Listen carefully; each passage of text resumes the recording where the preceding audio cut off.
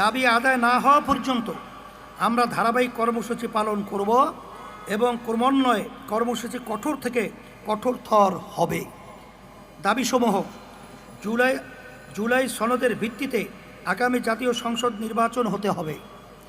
2. নির্বাচন পিআর পদ্ধতিতে হতে হবে।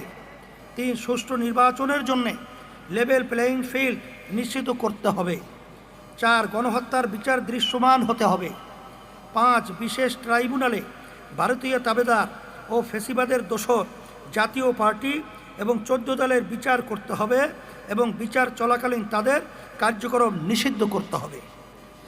এই দাবি আদায়ের জন্য আমাদের কর্মসূচি নিম্নরূপ: 18 সেপ্টেম্বর ঢাকায় সমাবেশ ও বিক্ষোভ মিছিল, 19 সেপ্টেম্বর বিভাগীয় শহরে বিক্ষোভ, 26 সেপ্টেম্বর সারা দেশে জেলা উপজেলায় বিক্ষোভ মিছিল।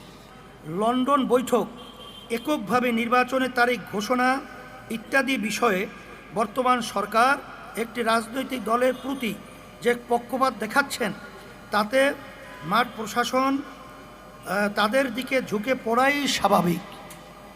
আমরা বলবো, আইন শৃঙ্খলা পরিস্থিতির উন্নতি করতে হবে, জনপ্রশাসনকে সক্রিয় ও নিরপেক্ষ করতে হবে এবং সরকারকে কোনো দলের প্রতি পক্ষপাত দেখানো থেকে সরে আসতে হবে। প্রিয় সাংবাদিক বন্ধুগণ, আমরা বারংবার বলছি যে বিগত 54 বছরে যে পদ্ধতিতে নির্বাচন হয়েছে সেই পদ্ধতিতে দেশকে ক্রমান্বয়ে পিছনের দিকে নিয়ে গেছে। দেশের বর্তমান যা কিছু উন্নয়ন তা ব্যক্তি খাতের প্রচেষ্টা ও উদ্যোগের ফল, কিন্তু রাজনৈতিক সংস্কৃতি, রাষ্ট্রের ভিত্তি, সাংবিধানিক প্রতিষ্ঠানগুলো স্বকীয়তা ও স্বাধীনতা নষ্ট করা এবং দুর্নীতি দুঃশাসনের মাত্রায় প্রতিটি নির্বাচনই দেশকে আগের চেয়ে খারাপ অবস্থায় ফেলেছে। এমন তিক্ত অতীতের বাস্তবতায় পুরনো বন্দোবস্তে নির্বাচন করার কোনো অর্থ হয় না।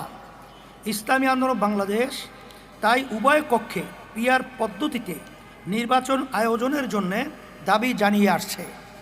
পিআরের সুবিধা কী তা আমরা বারংবার আলোচনা করেছি, কিন্তু অশুভ পুরনো বন্দোবস্তের কায়েমি স্বার্থবাদের কথায় স্বাভাবিক হয়ে পিআর নিয়ে প্রভাবিত হয়ে পিআর নিয়ে সরকার যে আচরণ করেছে তা দুঃখজনক। আমরা সরকারের এই আচরণের তীব্র নিন্দা ও প্রতিবাদ জানাই এবং পিআর পদ্ধতিতে আগামী নির্বাচন আয়োজনের প্রয়োজনীয় ব্যবস্থা নেওয়ার দাবি জানাচ্ছি। প্রিয় সাংবাদিক বন্ধুগণ, আমাদের দাবি সুস্পষ্ট।